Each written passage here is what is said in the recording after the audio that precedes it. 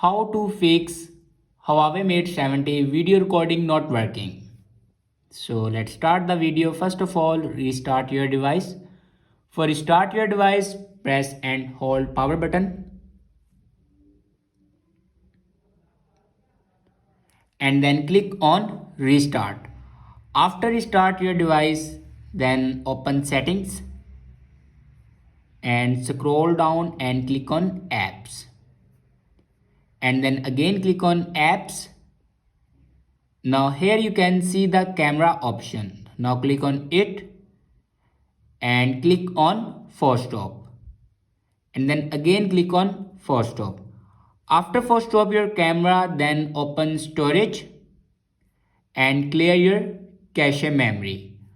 After clear your cache memory, then go back to the main settings page and scroll down in last and click on system and updates. On top you can see the option software updates. Now click on it and here you can check your latest version will be updated or not. If it doesn't update to latest version, then update it to latest version. After that your problem will be fixed. I hope this video is helpful for you. Thanks for watching.